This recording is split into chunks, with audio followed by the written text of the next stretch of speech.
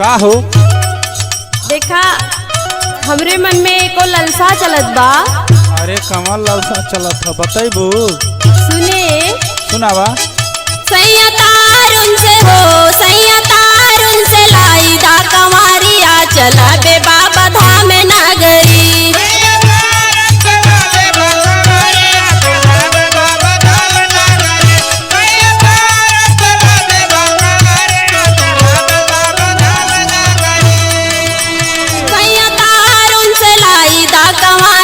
चला बे बाबा धाम नगरी।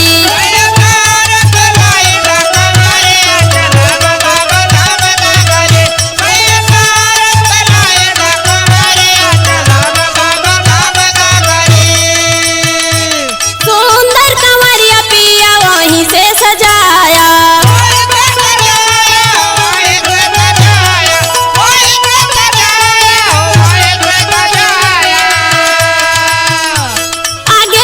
शिवलिंग पे नाग तू बैठाया।